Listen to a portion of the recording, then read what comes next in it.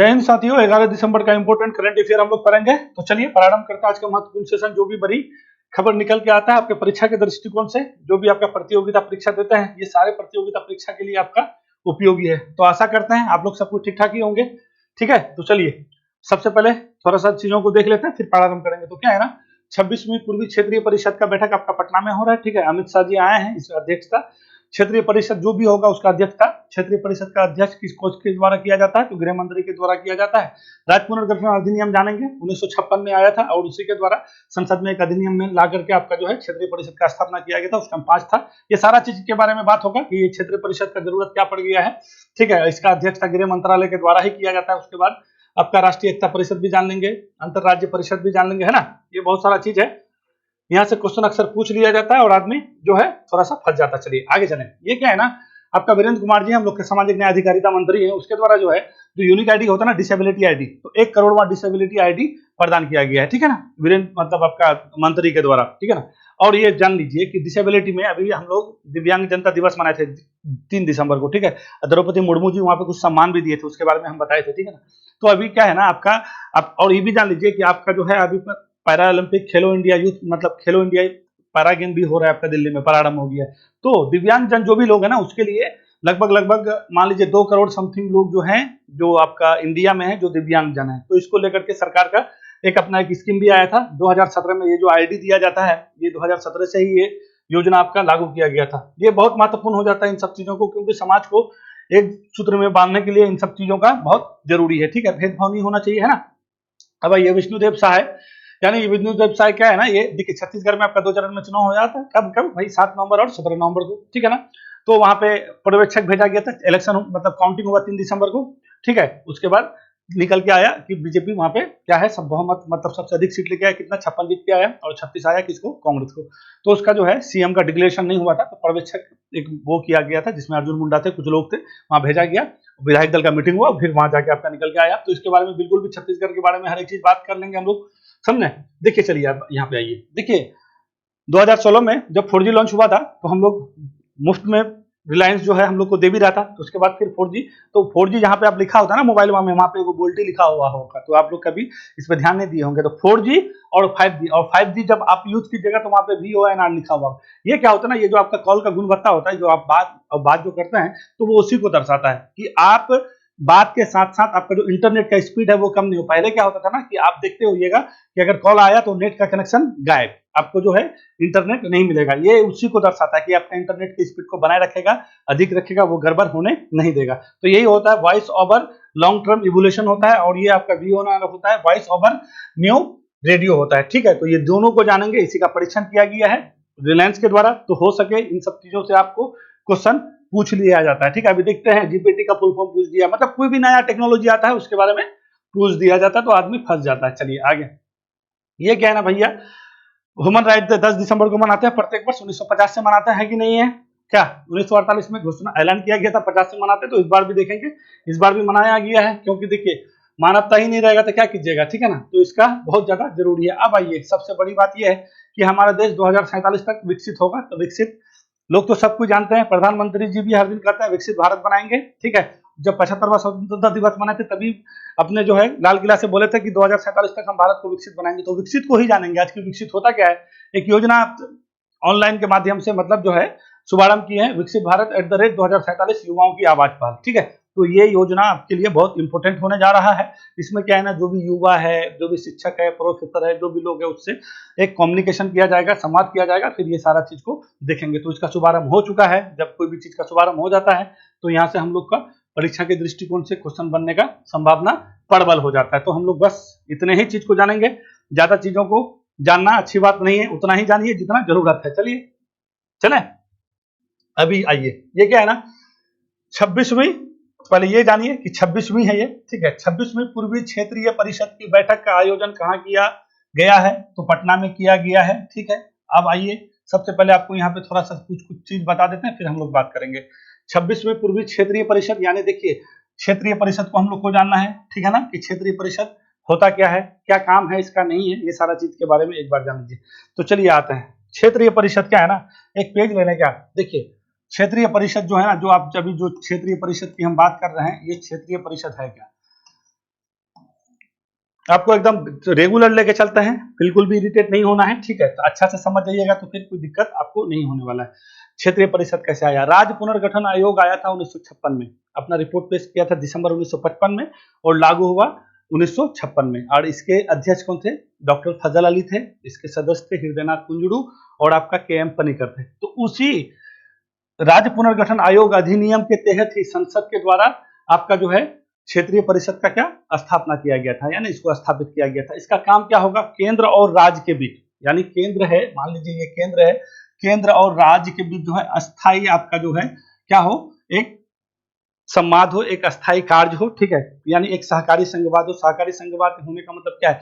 केंद्र और राज्य के बीच एक अच्छा कम्युनिकेशन होना, ठीक है। एक मतलब साझा मूल्यों के, साझा मूल्य का जो साझा हित है, मेरा मतलब राज्य का और केंद्र का एक साझा हित है। उस साझा हित के लिए केंद्र के द्वारा कोई भी चीज को मतलब करवाने के लिए राज्य को क्या देना? अनुमोदन करना, क्या उसको आगे बढ़ाना। यही होता है मेन सहकारी संघवाद का कहानी। तो ये सहकारी संघवाद के आधारित आपका क्षेत्रीय परिषद था। जब इसका गठन हुआ था तो उस टाइम 5 क्षेत्रीय परिषद था। कितना कहिएगा? 5 था। अब 5 में से कितना, अब पहले 4 को डायरेक्शन जान लीजिए। उत्तर में उत्तर हो जाएगा, यानी आपका जम्मू कश्मीर उधर ऊपर वाला चाहिए साइड में, ठीक है ना। दक्षिण में दक्षिण वाला हो जाएगा, पूरब में पूरब वाला हो जाएगा और पश्चिम में पश्चिमी वाला। तो हम लोग किस में आते हैं? पूर्वी क्षेत्रीय। तो जितना भी पूरब में कौन कौन सा स्टेट आएगा, पहले आपको पहले यहाँ पे हम दिखा देते हैं, फिर आपको हम बताएंगे। हाँ देखिए, तो पूरब की बात कर रहे हैं, किसकी बात कर रहे हैं? पूरब की बात कर रहे हैं। तो पूरब क्षेत्रीय परिषद में कौन कौन आएगा? देखिए इधर हम लोग इधर है कि नहीं है, पूरब में है हम लोग, है ना। देखिए ये अगर डायरेक्शन बनाइएगा, ये अगर कहाँ चला गया भाई, देखिए ये अगर डायरेक्शन बनाएंगे, इधर उत्तर होता है, इधर दक्षिण होता है, इधर क्या पश्चिम होता है और इधर पूरब होता है। तो हम लोग किधर हैं? इधर हैं। तो ये वाला एरिया ऐसे करके आपका क्या हो जाएगा? ये आपका क्या हो जाएगा? पूरब हो जाएगा। तो इसमें कौन? बिहार पड़ गया, वेस्ट बंगाल पड़ गया, उड़ीसा पड़ गया और झारखंड कहाँ चला गया? तो पहले बिहार झारखंड यही है आपका, ठीक है। ये सारा कितना पूर्वी क्षेत्रीय परिषद में आएगा, ठीक है। और ये स्थिति कब तक था? तो 1971 तक आपका 5 ही क्षेत्रीय परिषद हुआ करता था, ठीक है। फिर 1971 में क्या है ना, जब आपको मालूम होना चाहिए कि ये नॉर्थ ईस्ट में जब ये आसम, ये एमएमटी सब 1972 के बाद इधर बहुत सारा स्टेट बना, फिर 1971 में और एक जोड़ा गया। तो फाइनली अभी क्षेत्रीय परिषद कितना है? तो क्या कहिएगा? 6 क्षेत्रीय परिषद है। टोटल क्षेत्रीय परिषद कितना है? तो 6 क्षेत्रीय परिषद। और इसका अध्यक्षता किसके द्वारा किया जाता है? गृह मंत्री के द्वारा किया जाता है। चलिए अब आते हैं थोड़ा सा आपको पृष्ठभूमि में। जब इतना सा बात बोले ना, फिर आपको बता देते। देखिए सबसे पहले जैसे हम लोग भारत आजाद हुआ, जब भारत आजाद हुआ था तो उस टाइम ब्रिटिश भारत प्रांत कितना था? 11 था। 11 था, ठीक है। 4 चीफ कमिश्नर, ठीक, एकदम आराम से समझिएगा, बिल्कुल भी आपको बहुत मजा आने वाला है, ठीक है। ब्रिटिश भारत कितना था? 11 प्रांत, 11 ब्रिटिश भारत प्रांत था, 4 चीफ कमिश्नरी था, ठीक है। और उसके बाद कुछ देशी रियासत था, लगभग 565 के करीब करीब। तो उसको अभी छोड़िए, इतना सारा कुछ था। हम लोग आजाद हो गए। आजाद होने के बाद तो अब राज्य का तो भैया पुनर्गठन होगा कि नहीं होगा? होना चाहिए। तो होने के लिए ना है, सबसे पहले आपको यह जानना चाहिए 1948 में जो है, जैसे ही हम लोग आजाद हुए तो अलग अलग लोग का राग निकलने लगा कि क्या करें। तो भाषा आधार पर, भाषा आधारित एक जो है आपका क्या आयोग का गठन किया गया, ठीक है। तो उसको हम लोग क्या कहते हैं? धड़ आयोग कहते हैं। क्या करेंगे? भाषा आधारित, भाषा के आधार पर राज्य का पुनर्गठन होगा, ठीक है। जिसको हम लोग क्या कहते हैं? भाषा आधारित पर प्रांत, राज्य प्रांत आयोग भी कहा जाता था उसको। 1948 में किसके अध्यक्षता में? धर के अध्यक्षता में, ठीक है। तो उसको याद रखिएगा, ये क्या था? भाषा आधारित था। ये अपना रिपोर्ट दिया किसको भैया? ये 1948 में ही आपका जानता है, 1948 में कांग्रेस का मीटिंग हो रहा था आपका जयपुर में, ठीक है। और वहां के अध्यक्ष था पट्टाभी सितार मैया, ठीक है। देखिए 1900 थोड़ा सा आपको थोड़ा बल्ब फ्लैशबैक में लिखा जाता है। 1940 से लेकर 1945 तक जो है कांग्रेस के अध्यक्ष था कौन थे भैया? अब्दुल कलाम आजाद थे। फिर आपका 46 में कौन बना? तब जेबी कृपलानी बना। फिर 47 में आपको आइएगा तो आपको डॉक्टर राजेंद्र प्रसाद दिखेगा। फिर 48 में जो है आपको दिखेगा पट्टाभी सितार मैया। तो यहाँ पे कहाँ पे अध्यक्षता हो रहा था? तो जयपुर में हो रहा था। जयपुर कहाँ है भैया? राजस्थान में है, ठीक है। तो जयपुर में हो रहा था अध्यक्षता, वहां पे अपना ये भाषा आधारित जो है रिपोर्ट वहां पे ले जाके सौंपा। तो क्यों सौंपा? इसका जांच के लिए कि भाषा आधार के, अब भाषाई आधार पर जो राज्य पुनर्गठन आयोग की बात हो रहा है, ये बात सही है कि गलत है, होना चाहिए कि नहीं होना चाहिए।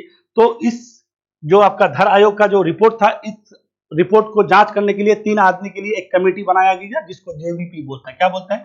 जेबीपी। जेबी मतलब जे मतलब जवाहरलाल नेहरू, वी मतलब वल्लभ भाई पटेल, पी मतलब पट्टाभी सितार मैया, ठीक है। और कहाँ पे? कांग्रेस का अधिवेशन हमेशा दिसंबर में होता है, जान लीजिएगा। तो वहीं पे सौंपा गया।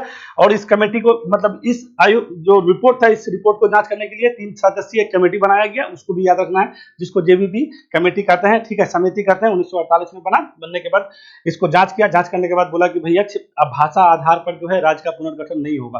किस आधार पे होगा? तो क्या बोलिएगा? आर्थिक समृद्धि पे होगा, ठीक है। राज्य क्या एकता के आधार पर राज्य का पुनर्गठन आयोग होगा। और ये धर आयोग का जो सिफारिश था, इसको क्या कर दिया? कैंसिल कर दिया। जब ये कैंसिल हो गया तो आपको पता होना चाहिए, पहले आंध्र प्रदेश जो है, ये जो आंध्र प्रदेश देखते हैं वो मद्रास में पड़ता था, ठीक है, मद्रास में पड़ता था, ठीक है, ये बात याद रखिएगा, मद्रास में था। तो जैसे ही धर आयोग की रिपोर्ट को जेबीपी कमेटी ने अस्वीकार कर दिया कि नहीं, इस पे नहीं होगा, आर्थिक समृद्धि के आधार पे होगा, तो वहां पे फिर आपका क्या हो जाता है? हल्ला गुल्ला पराडम हो जाता है। कहां पे? आंध्र प्रदेश में। तो आंध्र प्रदेश में एक वो श्री रामल्लू जी थे, ठीक है, तो श्री रामल्लू जी के द्वारा ये जो है, श्री रामल्लू जी के द्वारा क्या होगा ना, श्री रामल्लू जी के द्वारा यहाँ पे भूख हड़ताल में बैठा गया और इसका मृत्यु हो जाता है, ठीक है। मृत्यु होने के बाद फिर हो जाता है लफड़ा फाइनली कि नहीं भाई, भाषा के आधार पर राज्य का पुनर्गठन किया जाए, नहीं किया जाए, क्या किया जाए। उसका मृत्यु के बाद पहली बार भाषा आधार पर बना राज्य अगर कोई कहेगा तो क्या कहिएगा? आंध्र प्रदेश था। ये 1953 में बना। कब बना? क्या कहिएगा? 1953 में बना। किससे कट के? तो मद्रास से कट करके। ये आपका उस टाइम मद्रास हुआ करता था, इससे कट करके आपका आंध्र प्रदेश बना। उसके बाद बनने के बाद क्या हुआ ना, राज्य पुनर्गठन के लिए एक कमेटी का स्थापना किया गया, जिसको हम लोग क्या कहते हैं? राज्य पुनर्गठन आयोग। कब स्थापना किया गया था? 1953 में। क्या कहिएगा? यहाँ पे लिख लीजिए, 1953 में। 1953 में राज्य पुनर्गठन आयोग का स्थापना किया गया, ठीक है। और ये अपना रिपोर्ट कब सौंपा भाई? 1955 में सौंपा। कितना सौंपा? 1955 में, दिसंबर में। इसके 3 सदस्य थे, याद रखिएगा, हृदयनाथ कुंजरू, के एम पनिक्कर और कौन था? ये आपका फजल अली, ठीक, डॉक्टर फजल अली, ठीक है ना। तो ये तीनों आदमी को नाम याद रखिएगा। और ये लागू कब हुआ? 1956 में लागू हुआ। तो इसी कमेटी के आधार पर, सिफारिश पर आपका क्या आया? क्षेत्रीय परिषद निकल के आया। मेरे हिसाब से सब कुछ समझ गया होइएगा। और जिस टाइम लेके आया तो उस टाइम भारत में राज्य और केंद्र शासित प्रदेश कितना था? तो 14 राज्य था। क्या कहिएगा? 14 राज्य था। 14 आपका राज्य हो जाएगा और 6 केंद्र शासित प्रदेश था, ठीक है। तो ये आपका उस टाइम का सिनेरियो है। और क्या बोला कि जल्दी जल्दी हम लोग कोई भी राज्य नहीं बनाएंगे, थोड़ा लेट से बनाएंगे, अभी आजाद हुए हैं, हम लोग को थोड़ा सा सोच समझ के काम लेना पड़ेगा। देखिएगा फिर 1956 के बाद आपका 1960 में जो है आपका मुंबई से, उस टाइम बम्बई हुआ करता था, वहां से फिर आपका गुजरात अलग हुआ। फिर धीरे धीरे फिर अभी आपका स्थिति ये है कि इतने सारे राज्य और केंद्र शासित प्रदेश आप मिला के दो, टोटल के राज्य और केंद्र शासित प्रदेश मिला के कितना है? 32 है ना। तो फिर अभी आपको ये सारा चीज दिखाई दे रहा है, समझे। तो कहने का मतलब ये है कि आपको इन सब चीजों के बारे में चलाना चाहिए। अब देखिए यहाँ पे और कुछ आता है। जब भी क्षेत्रीय परिषद होगा, क्षेत्रीय परिषद का मतलब ये हुआ कि केंद्र और राज्य के बीच जो आपका द्विपक्षीय बहुपक्षीय जो संवाद होता है वो किया जाता है, सीमा विवाद होता है उसको सुलझाया जाता है। क्या कहिएगा? जब भी क्षेत्रीय परिषद का बात होगा वहां पे क्या होगा? केंद्र यानी 2 राज्य हो या फिर केंद्र और राज्य के बीच जो भी संबंध हो, द्विपक्षीय हो, बहुपक्षीय हो, आपका सीमा विवाद हो, फिर जल विवाद हो, कोई भी विवाद हो, या फिर करों का बंटवारा को लेके हो, है ना, इन सारे का विवादों के बारे में बात किया जाता है, जो एक सहकारी संघवाद को दिखाता है, ठीक है। तो आपको कोई कह सकता है कि क्षेत्रीय परिषद क्या है? तो सहकारी संघवाद का एक आपको वहां पे झलक दिखा जा सकता है, ठीक है। अब देखिए यहाँ पे और एक चीज आपको निकल के आता है, एक होता है अंतरराज्यीय परिषद। और ये सुनिए, ये क्षेत्रीय जो आपको बोल रहे ना, ये क्षेत्रीय परिषद संवैधानिक नहीं है। ये कहां से निकल के आया? तो क्या कहिएगा? राज्य पुनर्गठन आयोग से निकल के आया, 1956 के अधिनियम से, ठीक है। और जो भी चीज संविधान में संसद अधिनियम के द्वारा लागू करता है, मतलब संविधान में नहीं है, संसद अधिनियम के द्वारा किसी भी बॉडी को अगर स्थापित करता है, लागू करता है, तो वो आपका संवैधानिक ना होकर क्या हो जाता है? सांवैधिक होता है। क्या कहिएगा? सांवैधिक है। वो संवैधानिक है, सांवैधिक है। क्या कहिएगा? सांवैधिक है, संवैधानिक नहीं है। संवैधानिक होने के लिए आपका संविधान में चर्चा होना चाहिए। ये संविधान में चर्चा है नहीं है। कहां पे है भैया? अधिनियम लाया। कहां से लेके आया? तो राज्य पुनर्गठन आयोग का जो अधिनियम था उसी के तहत संसद के द्वारा अधिनियम लाया गया और उसी अधिनियम की तरह क्षेत्रीय परिषद आपका बनाया गया। तो उस टाइम टोटल 5 था, एक आपको 1971 में जोड़ा गया। अब देखिए एक आपका आता है अंतरराज्यीय परिषद, ठीक है। यहाँ पे आपको बहुत, तो देखिए अंतरराज्यीय परिषद क्या है? ये संवैधानिक है, ये सांवैधिक नहीं है। ये क्या कहिएगा? ये संवैधानिक है। ये क्या है? संवैधानिक है भैया, ठीक है, संवैधानिक है। संवैधानिक का नाम क्या मतलब क्या? ये संविधान में इसका आर्टिकल है, ठीक है। ये अधिनियम के द्वारा नहीं आया, एक आयोग आया था आपका, सरकारी आयोग, आप लोग को पता होगा क्या आया था? सरकारी आयोग, ठीक है। यहाँ पे लिख देते हैं आपका सरकारी आयोग आया था, सरकारी आयोग का स्थापना किया गया था कब भैया 1983 में, और ये अपना रिपोर्ट कब भेजा 1900 मतलब सौंपा 1988 में। तो इसी में कहा गया कि जो है राज्य के लिए मतलब एक क्या हो अंतरराज्यीय परिषद का गठन किया जाए, ठीक है। और आर्टिकल कितना 263, तो अंतरराज्यीय परिषद का जब भी बात होगा तो क्या कहिएगा आर्टिकल 263 की बात कीजिएगा, ठीक है। वहां पे इसके बारे में कहा गया है और इसका स्थापना कब होता है 1990 में होता है। उस टाइम जनता दल का सरकार था, ठीक है। आप लोग ये वीपी सिंह विश्वनाथ प्रताप सिंह के बारे में सुने होइएगा, ठीक है। उसके बाद फिर आपका ये आए क्या बोलते हैं चंद्रशेखर जी आए, फिर 91 में आपका इलेक्शन हुआ तो पीवी नरसिम्हा राव जो है आपका गद्दी पे बैठा, मतलब सरकार बना, ठीक है, कांग्रेस का। तो वो चीज आप अंतरराज्यीय परिषद। अब आइए और एक आता है आपका राष्ट्रीय एकता परिषद, और इसके अध्यक्षता कौन, अंतरराज्यीय परिषद का अध्यक्षता किसके पास होगा तो प्रधानमंत्री। यहाँ पे कौन होंगे प्रधानमंत्री होगा, जो देश का प्रधानमंत्री होगा यानी पीएम लिख दीजिएगा, ठीक है। अंतरराज्यीय परिषद का अध्यक्षता किसके हाथ में होगा तो पीएम के हाथ में होगा। अब राष्ट्रीय एकता परिषद देखिए इसका भी जो है ये भी संवैधानिक स्थिति है, 1961 में बनाया गया था। उस टाइम का जो है तत्कालिक प्रधानमंत्री था जवाहरलाल नेहरू। तो 1961 को याद रखिएगा आपका, ये क्या हो गया भैया, इसको क्या कहिएगा आप राष्ट्रीय एकता परिषद, 1961 में इसका स्थापना हुआ था, ठीक है। तो ये सारा चीज आपको यहाँ पे 3-4 चीज पूछा जाता है, अक्सर आदमी बोल जाता है, ठीक है, कि अंतरराज्यीय परिषद क्या है, क्षेत्रीय परिषद क्या है, राष्ट्रीय एकता परिषद क्या है। तो आपको हम सारा चीज स्पष्ट कर दिए कि राष्ट्रीय एकता परिषद का गठन 1961 में हुआ था। इसका भी जो है एकता बनाने के लिए काम है, ठीक है, और ये संवैधानिक है, ठीक है। राज्य और ये अंतरराज्यीय परिषद जो है ये भी आपका संवैधानिक है। अनुच्छेद 263 में देखिए एगो अनुच्छेद 262 आता है, ठीक है। वो क्या कहिएगा अनुच्छेद 262 वो जो है आपका अंतरराज्यीय जल विवाद को सुलझाने के लिए आता है, ठीक है, आर्टिकल 262। तो ये भी आप जान सकते हैं, ठीक है। तो आपको मेरे हिसाब से पूरी चीज के बारे में हम कट टू कट आपको यहाँ पे बता चुके हैं। अब कोई चीज यहाँ पे समझने वाली आपके लिए कुछ छूटा नहीं है, ठीक है। तो यहीं पे आपका हो रहा है क्या 26वीं पूर्वी क्षेत्रीय परिषद का बैठक हो रहा था। तो कहाँ पे होगा पटना में। तो इसका काम क्या है भाई, इसका काम यही है जो आपको बोले द्विपक्षीय बहुपक्षीय कोई सीमा विवाद हो या कर का बंटवारा हो, राज्य केंद्र और राज्य के बीच एक बेहतर संबंध बनाने के लिए ये आपका क्षेत्रीय परिषद का बैठक किया जाता है। 1957 में इसका गठन हुआ था। कौन सा अधिनियम तो राज्य पुनर्गठन अधिनियम 1956 के तहत, ठीक है। और ये संवैधानिक ना होकर सांवैधिक है, ठीक है। तो आइए क्षेत्रीय परिषद की अध्यक्षता गृह मंत्री के द्वारा किया जाता है, जो अभी बोल चुके हैं आपको, ठीक है। क्षेत्रीय परिषद द्विपक्षीय बहुपक्षीय और क्षेत्रीय मुद्दों की बातचीत के माध्यम से सुलझाने का एक महत्वपूर्ण मंच है जो सहकारी संघवाद को दर्शाता है, ठीक है। जैसे ही समाधानों के वितरण करने, जैसे क्या बोलता है संसाधनों का वितरण, क्योंकि संसाधन नहीं होगा तो उसका वितरण होना चाहिए ना, क्योंकि संसाधनों पर हक किसका है राज्य सरकार का होता है। तो संसाधनों का वितरण करो, है ना। उसके बाद क्या है करों की हिस्सेदारी में राज्यों के पारस्परिक विवादों पर चर्चा की जाती है। तो बिल्कुल भी याद रखिएगा इस बार पटना में हुआ था। और ये जो है यहाँ पे अभी आपका बोला जा रहा है कि ये जो है आपका ममता, और हम लोग कितना स्टेट है तो क्या कहिएगा उड़ीसा, उड़ीसा बिहार से कब कटा 1936 से। अब बंगाल से हम लोग कटे थे 1912 में, है कि नहीं। और झारखंड हम लोग से कटा कब तो 15 नवंबर 2000 में। तो ये आप क्लियर होना चाहिए। सबसे पहले क्या था हम लोग बंगाल प्रांत में थे ब्रिटिश भारत के समय में। बंगाल से हम लोग कब कटे भैया, बिहार कब अलग हुआ 1912 में, ये बात जानिए। 1912 से फिर इस 1912 में जब बिहार बन गया, इस बिहार से कौन अलग हुआ, उड़ीसा कब हुआ भैया 1936 में, ठीक है। फिर इसी बिहार से फिर कट के कौन अलग हुआ भैया, तो क्या कहिएगा 15 नवंबर बिरसा मुंडा का जन्म दिवस के अवसर पर 15 नवंबर 2000 को कौन अलग हो गया भैया, तो क्या कहिएगा झारखंड। तो एक ही बॉडी का जो, क्योंकि पहले पूर्वी क्षेत्र में आता है तो पूर्वी क्षेत्र का जितना सारा, तो आपको याद रखने में भी आसान होगा कि पहले बंगाल प्रांत था उसमें सबको एक थे, बिहार अलग हुआ 1912 में, फिर बिहार से अलग हुआ छत्तीसगढ़ 1936 में, फिर बिहार से अलग हुआ झारखंड 46% लगभग जमीन लेकर के कब 15 नवंबर 2000 में। तो ये सारे स्टेट क्या करते हैं पूर्वी क्षेत्रीय परिषद में आता है। टोटल क्षेत्रीय परिषद का संख्या 7 होता है, ठीक है। तो इसी का बैठक हो रहा है आपका कहाँ पे, कलकत्ता ये पटना में। तो ये चीज आपको अब मेरे हिसाब से बिल्कुल भी अच्छा से सारा चीज आपको हम समझा चुके हैं।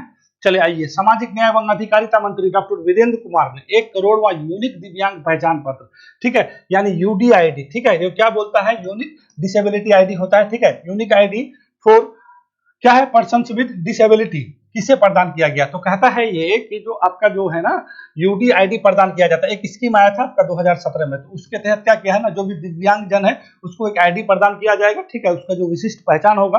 और वो कब से दिया 2017 से ये प्रदान किया गया। तो अब तक कितने लोगों को, तो 1 करोड़वां, 1 2 2 4 ऐसे करते कितना दीजिएगा 1 करोड़वां जो दिया जाएगा वो किसको दिया जाएगा, तो वंशिका नंद किशोर माने को। तो बिल्कुल भी इसको आपको याद रखना है, ठीक है। एक बार मैं कोई क्वेश्चन देख रहा था, पूछा था कोई यूआईडी जो देखते हैं हम लोग विशिष्ट पहचान पत्र जो देखते हैं अपना, ठीक है। तो पूछा था कि सबसे पहले जो है 2009 में दिया गया था, तो किसको दिया गया था? सबसे पहले यूआईडी प्राप्त करने वाले पहले व्यक्ति कौन थे? ठीक है।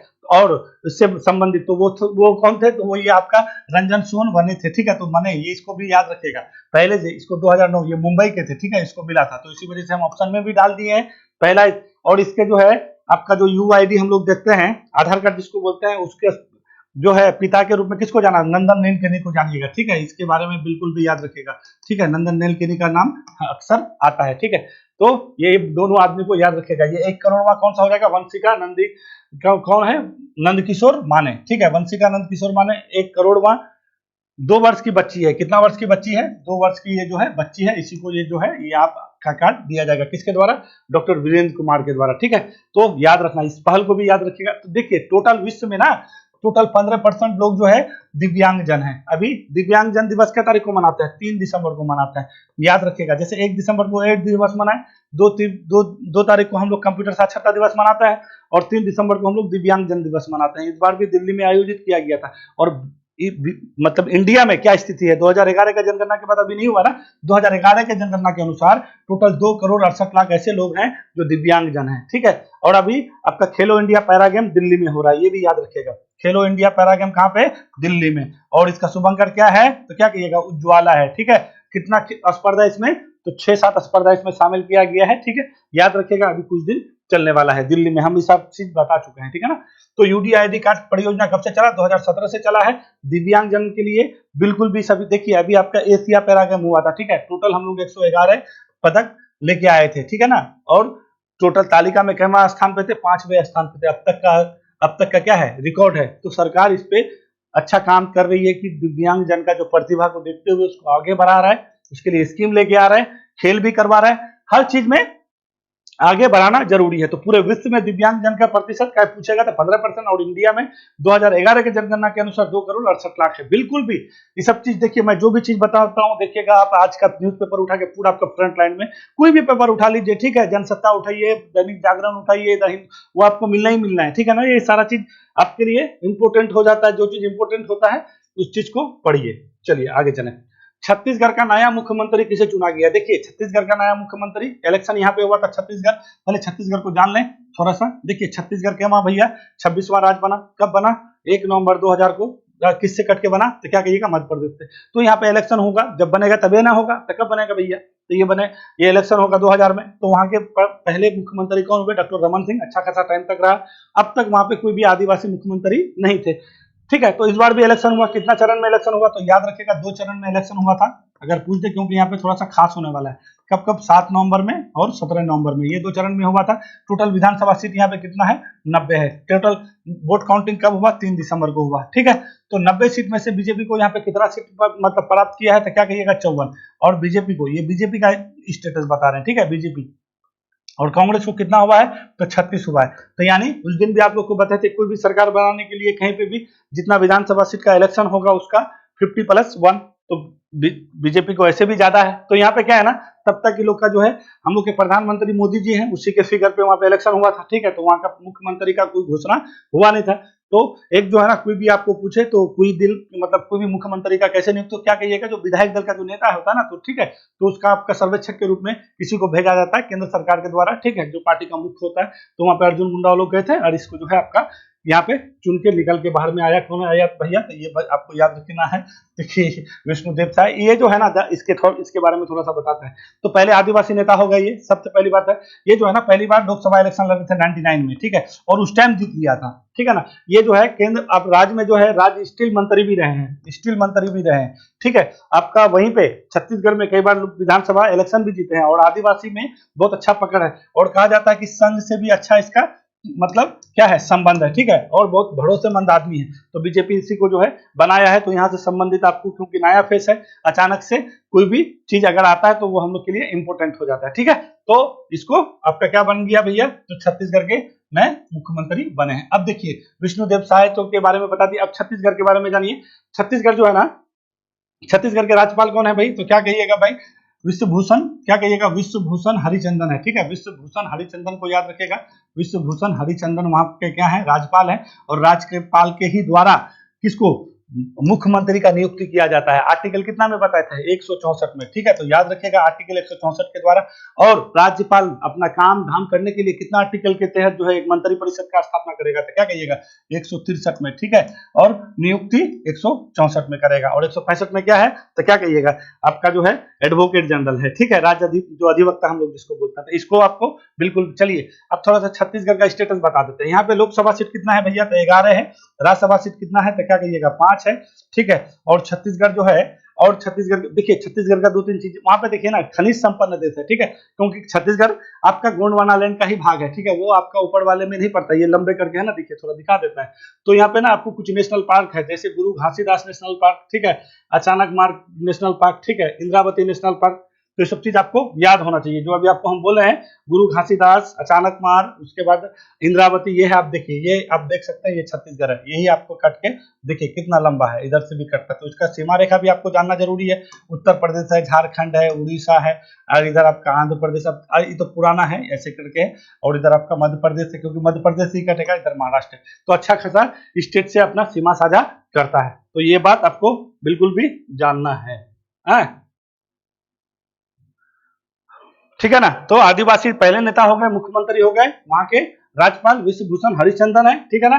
और छत्तीसगढ़ में आपका 2-3 नेशनल पार्क है, ठीक है। तो वो इंद्रावती है, अचानक मार है, ठीक है। उसके बाद आपको क्या बोल रहे हैं, गुरु घासीदास नेशनल पार्क बहुत बार पूछ लेता है। तो इस सब नेशनल पार्क को आपको बिल्कुल भी जान के चलना है। आगे देखिए, रिलायंस ने 5G BONR यानी वॉइस ओवर न्यू रेडियो, ये समझिए। और 4G यानी कहने का मतलब क्या हो गया, वॉइस ओवर क्या बोलते हैं इसको, लॉन्ग टर्म इवोल्यूशन, ठीक है। ये होता है दो के बीच इंटर क्या ऑपरेटिबिलिटी परीक्षण शुरू किया है। इसमें जो है सब क्या है, 5G BONR क्या है, ठीक है। इसका मतलब फुल फॉर्म मांग रहा है कि 5G BONR क्या है, ठीक है। इसका क्या हो रहा था, ऑपरेटिबिलिटी परीक्षण हो रहा था, किसके द्वारा, रिलायंस की तरह। क्यों हो भाई, ये क्या जरूरत है। देखिए, जब 2016 में आपका जो है जियो 4G लॉन्च किया था, ठीक है। तो उस टाइम आप देखे होइएगा, जैसे फोन लिए हुईएगा, सिम लगाने के बाद वहां पे आपका क्या लिखा आ रहा था, वोल्टी, ये चीज आपको लिखा आ रहा होगा, देखे हुईएगा, ठीक है। ये क्या होता है, voice over long term evolution. कहने का मतलब है, अगर आप कॉल करते हैं, बात करते हैं, तो आपका गुणवत्ता को दिखाता है, पहली बात। दूसरी बात है, जो आपका नेट का स्पीड है ना, वो आपका कम नहीं होगा, नेट का स्पीड को वो बनाए रखता है। इसका मतलब ये हुआ, मोटा मोटी अपने भाषा में समझिए। अब इसको टेक्निकल भाषा में जो भी समझिएगा तो समझिएगा, ठीक है। ये मतलब इसका ये होगा।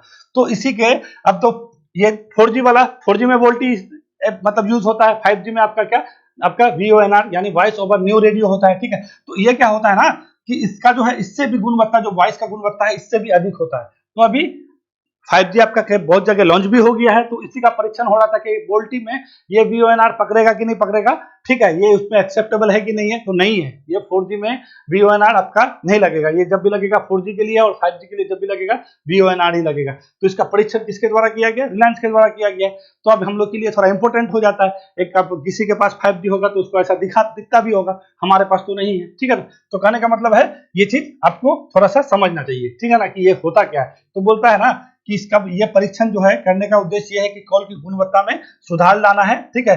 अब तकनीक अभी तक भारत में नहीं है, ये तकनीक जो है, जो VONR है, ये तकनीक भारत में नहीं है। कई देश, अन्य देश इसको यूज कर रहा है। भारत चाह रहा है कि इस पे हम लोग लेके आए, लेकिन ये कई अन्य देशों में इस तकनीक का उपयोग किया जा रहा है। 5G के लिए VONR वही है जो 4G के लिए क्या है, वोल्टी है, जो मैं आपको बताया हूँ। VONR का मतलब क्या हो गया, वॉइस ओवर न्यू रेडियो होता है, ठीक है। और वोल्टी का मतलब क्या होता है, वॉइस ओवर लॉन्ग टर्म, ठीक है, इवोल्यूशन होता है। तो ये दोनों आपके लिए महत्वपूर्ण है, ठीक है। अभी हम कोई पेपर देख रहे थे, उसमें आपका पूछ दिया ना, चैट जीपीटी जो सैम ऑल्टमैन था, ठीक है, उसको बर्खास्त कर दिया, फिर आपका जो है आपका ओपन एआई वाला फिर बुला लिया, ठीक है। तो चैट जीपीटी का फुल फॉर्म पूछा था, ठीक है। तो कहने का मतलब है, कुछ भी संभव है। जो नया टेक्निकल शब्द है, वहां पे आपको थोड़ा ठहरना है, उस चीज को समझना है। तो VONR voice over new radio कौन सा हो जाएगा, वॉइस ओवर न्यू रेडियो, ये आपका बी नंबर हो जाएगा। किसके द्वारा किया गया है, तो क्या कहिएगा, रिलायंस के द्वारा किया गया है, ठीक है। चले आगे बढ़े। ये देखिए, ये बहुत अच्छा है। मानव अधिकार दिवस कब मनाया जाता है, हर आदमी के लिए एक अधिकार है, ठीक है। क्या बोलते हैं, धर्म, नस्ल, मूल, नेशनलिटी के आधार पर किसी के साथ कोई भी भेदभाव नहीं किया जाएगा, ठीक है। ये आपका मानव अधिकार का जो आपका चार्टर तैयार किया गया था, वही बोला कि नेशनलिटी, जाति, मूल, धर्म, नस्ल, इस सब पे, उसके बाद रंग भेद, इस पे आप किसी के साथ भेदभाव नहीं कर सकते। अगर करते हैं तो गलत है। तो हर एक व्यक्ति क्या है, जन्म से ही उसको यह अधिकार प्राप्त है कि वो अपने स्वतंत्रता मतलब अपने आधार पर रहे, तो वही है मानव अधिकार। तो सुनिए, मानव अधिकार दिवस कब मनाया जाता है? ये क्या है भाई? 10 दिसंबर को मनाया जाता है। ये देखिए आपको बताते हैं, 1948 में जो है ना, यूएन के द्वारा 1948 में ऐलान किया गया और 10 दिसंबर को ही ऐलान किया गया था। क्या तारीख को कहिएगा? 10 दिसंबर 1948 को ही ये ऐलान किया गया कि मानव अधिकार की जो है आपका एक मानव अधिकार आयोग बने, मतलब मानव अधिकार के लिए इस चीज के लिए ऐलान किया गया। और इसका जो है घोषणा कब हुआ? तो क्या कहिएगा? 1950 में हुआ था। तभी से हम लोग 1950 10 दिसंबर से जो है हम लोग क्या करते हैं? मानव अधिकार दिवस मनाते हैं। अब मानव अधिकार क्या है जो आपको बोले हैं, वही मानव अधिकार है। कोई भी आदमी नेशनलिटी के आधार पर, जाति के आधार पर, मुल्क के आधार पर, वंश के आधार पर, रंग के आधार पर कोई भी भेदभाव नहीं किया जाएगा। ठीक है, ये आपका हर एक व्यक्ति को ये प्राप्त है। ठीक है, अगर कोई ऐसा करता है तो मानव अधिकार का उल्लंघन किया जाता है। अभी हम इंडिया के भी रिस्पेक्ट में बात करेंगे कि इंडिया में भी मानव अधिकार आयोग का स्थापना हुआ। चलिए पहले बता ही देते हैं। ठीक है, देखिए इंडिया का क्या स्थिति है। इंडिया में जो है ना, आपको एक बात बताते हैं, उस टाइम जो है ना आपका रंगनाथ मिश्रा थे। ठीक है, रंगनाथ मिश्रा कमेटी आया था। ठीक है, ये कब की बात है? 1993 की बात है। रंगनाथ मिश्रा, ये रंगनाथ मिश्रा को याद रखिएगा।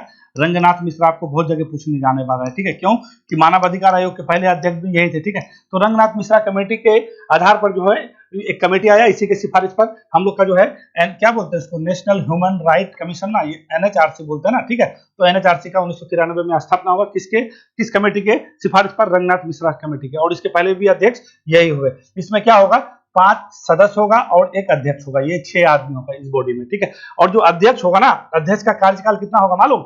अध्यक्ष का कार्यकाल 3 साल होगा या 70 साल होगा। इन दोनों में से जो भी चीज है वो हो जाए तो उसका कार्यकाल खत्म माना जाएगा। और कोई भी हो आपका जो है रिटायर्ड क्या हो, मतलब न्यायाधीश हो। ऐसा नहीं है कि कोई भी आदमी बन जाएगा। रिटायर्ड न्यायाधीश होना इसका पहला क्राइटेरिया है। 3 वर्ष या 70 साल के अगर हो जाएंगे अपने कार्य में, मतलब अपने पद पे, तो उसको पद छोड़ना पड़ जाएगा। ठीक है, कितने सदस्य? 5 सदस्य हो जाएगा और एक अध्यक्ष हो जाएगा। ये बात समझ गए हैं? देखिए आपका जो है ना, ये क्या बोलते हैं, एनएचआरसी, ये मानव अधिकार आयोग जो है, मानव अधिकार आयोग कोई भी बॉडी राज्य भी बना सकता है, राज्य का भी होता है। जैसे राज्य मानव अधिकार भी आयोग होगा। और केंद्र सेंट्रल में, तो सेंट्रल में जो हम लोग राज्य मानव अधिकार आयोग के भी अध्यक्ष हैं वो कौन है? अरुण मिश्रा जी है। तो अरुण मिश्रा जी को याद रखिएगा। कौन है भैया?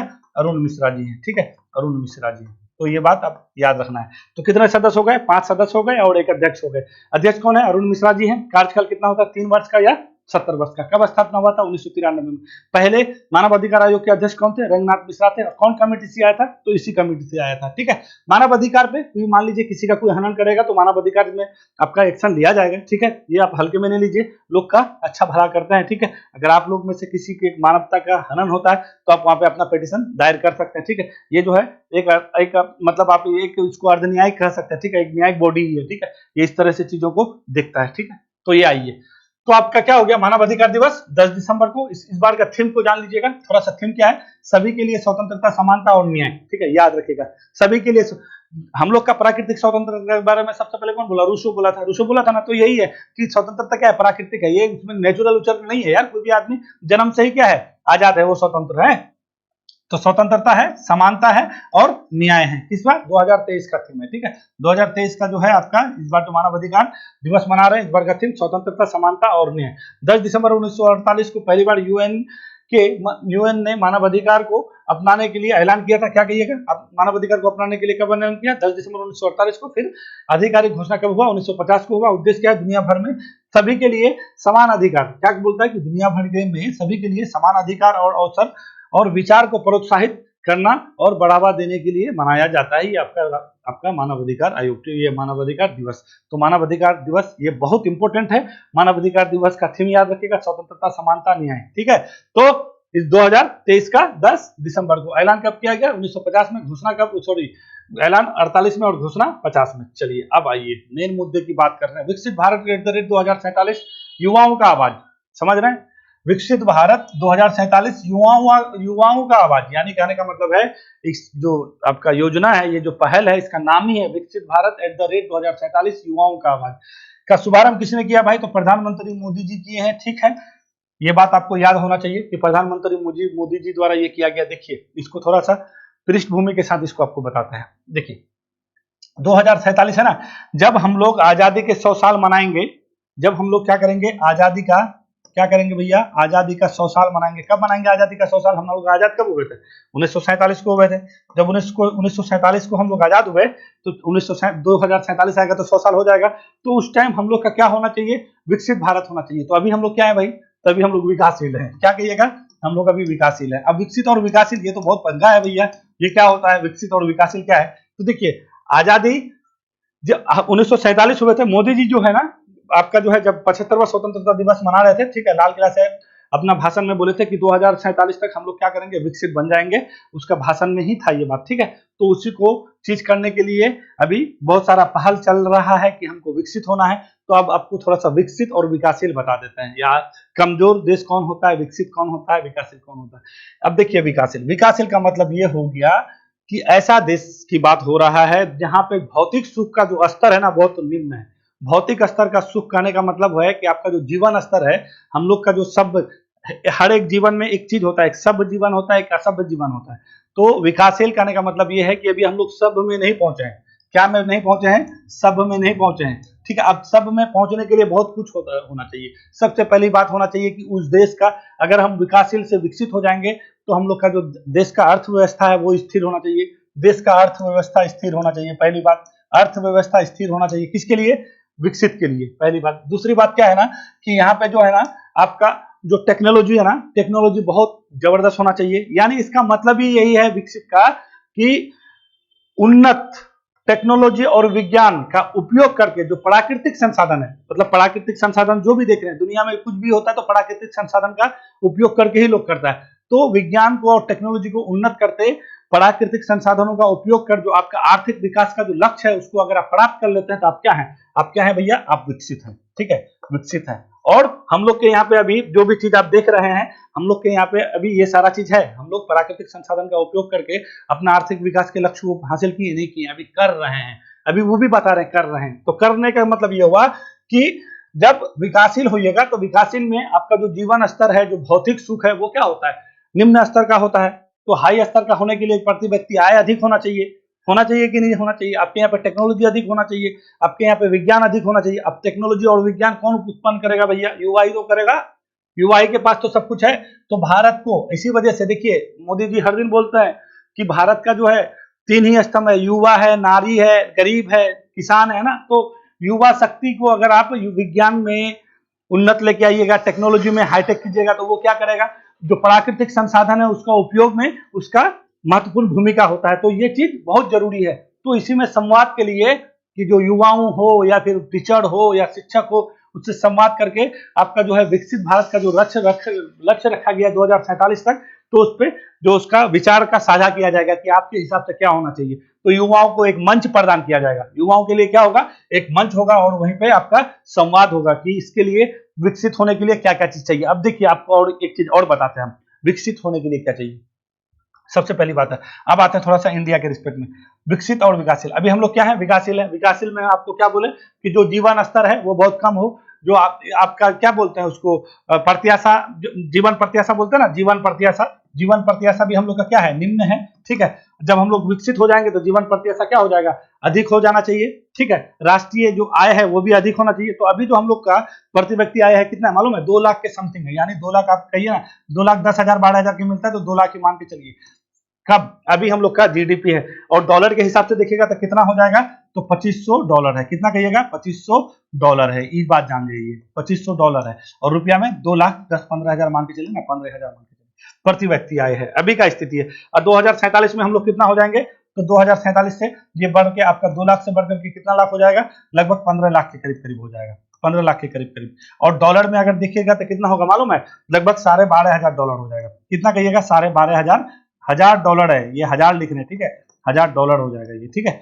अब ये 2047 में ये स्थिति होने वाला है। कब, 2047 में। और ये जब तक आपका प्रति व्यक्ति आय से ही सारा चीज, अभी क्या बोले, आर्थिक विकास के लक्ष्य को अगर आप प्राप्त कर लेते हैं प्राकृतिक संसाधन का उपयोग करके, तो प्राकृतिक संसाधन का उपयोग कैसे करेंगे, टेक्नोलॉजी से, विज्ञान से, ठीक है। अपना जो भी इसी चीज से ना करा जाएगा तब है ना आर्थिक विकास। तो जब आर्थिक विकास होगा तो प्रति व्यक्ति आय बढ़ेगा। प्रति व्यक्ति आय का अभी का कहानी क्या है, 2 लाख रुपया है, अभी 2 लाख समथिंग है, 2,15,000। और डॉलर में देखिएगा तो $2500 के हिसाब से है प्रति व्यक्ति आय। 2047 तक कितना हो जाएगा, जिस स्पीड से हम लोग बढ़ रहे हैं, कितना हो जाएगा, 15 लाख प्रति व्यक्ति आय हो जाएगा 2047 में। और डॉलर में देखिएगा तो $12,500 होगा। और अब आइए आपको, अब जो विकसित देश है उसका क्या खेल है अभी।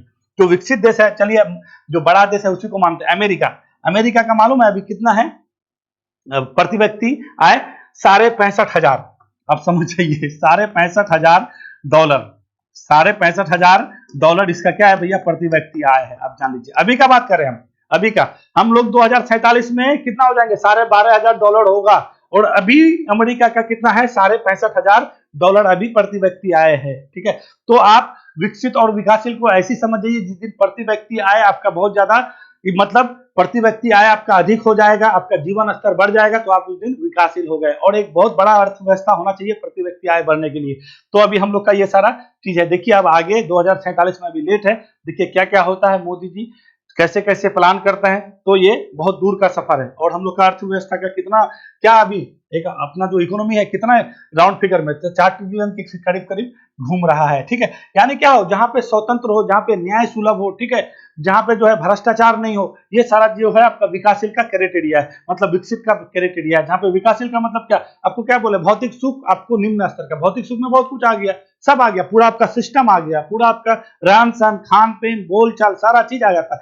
कोई कहेगा कि सबसे अधिक विकसित कौन है, तो क्या कहिएगा, नॉर्वे कहिएगा। ठीक है, नॉर्वे नंबर 1 में आता है भैया, उसको हल्के में नहीं लीजिए, आपका ऊपर में पड़ता है। ठीक है, यूरोप में पड़ता है, स्कैंडिनेविया देश है, नंबर 1 में चलता है वही। उसके पास देखिएगा हमेशा वहां पे न्याय सुलभ, एकदम बिल्कुल भी भ्रष्टाचार तो है नहीं। उसके बाद क्या है ना, आपका सारा चीज एकदम स्मूथ है। ठीक है, लोग का जो है, जो आपका सब जो क्या ना बोलते हैं, सब समाज है एकदम बहुत सॉलिड है। ठीक है, तो हम लोग का ये सारा चीज है। तो इसके लिए आपको विकासशील मतलब विकसित होने के लिए आपको क्या चाहिए, युवाओं का, टेक्नोलॉजी का, विज्ञान का बहुत ज्यादा उन्नत करना पड़ेगा। उसके लिए कौन सहमति देगा, शिक्षण संस्थान, युवा, पढ़े लिखे लोग। तो उसी से संवाद का एक जो जरिया है वही आपका क्या है, आपका ये है, क्या बोलते हैं, विकसित भारत 2047 युवाओं का आवाज। ठीक है, तो इसको किसने शुभारंभ किया है, प्रधानमंत्री मोदी जी ने शुभारंभ किया है। तो इसको बिल्कुल भी जान लीजिएगा। जो प्रति व्यक्ति आय बताए इसको तो बिल्कुल याद रखिएगा।